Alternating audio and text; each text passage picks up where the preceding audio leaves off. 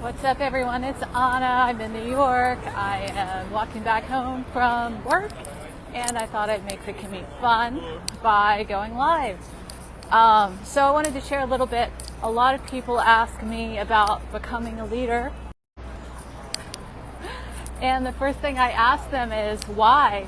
Why do you want to become a leader? And often this is a question they can't answer, but if they really dive deep, a lot of them say, oh, because all my friends are in this higher position that I'm in, or I want to make more money, or I want to have more power, or I feel like at this age I should be in this position.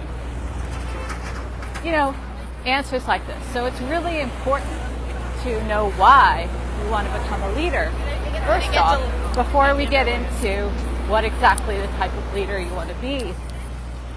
So be honest about why you want to do it. You always have to have a why for why you're doing things. Otherwise, you're not going to have that innate drive to get there, right? And then I always ask them, okay, so what type of leader, or actually I ask them first, what does that mean for you? So what does it being a leader mean for you? And often they cite a title or a position that they want to be in. And then I say, well, what kind of leader do you want to be as President of the United States, or a group head of this group or this firm? So what type of leader do you want to be? And they usually have no clue. And then I ask them to think about the types of bosses and leaders that they've had in the past. Like what worked for them? What were great leaders for them? What types of bosses or managers or leaders that they've had in the past that inspired them to become aware of why certain leaders did inspire you and didn't. So there's many types of leaders. Like we talked about, there's the title leader. So they're a leader simply by virtue of their title. So they're VP of a bank. They're Prime Minister of Canada. They are head of the World Trade Organization. They're leaders by title.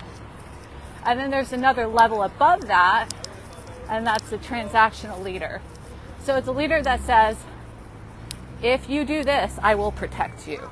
Or if you do this, I will give you money. I will give you your salary. So it works like a trade. And then there's other leaders like inspirational leaders that inspire you to be better.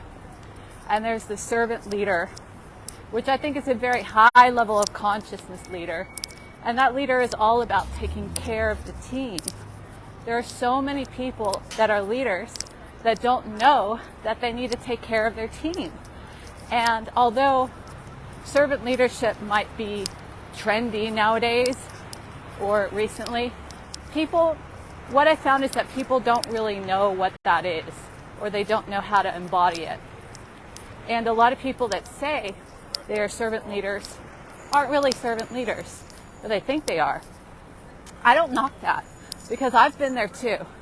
I thought I was a servant leader, and I was like, until I saw and was around other servant leaders that were of a higher level than me, I'm like, oh, I know some more opportunities I could do.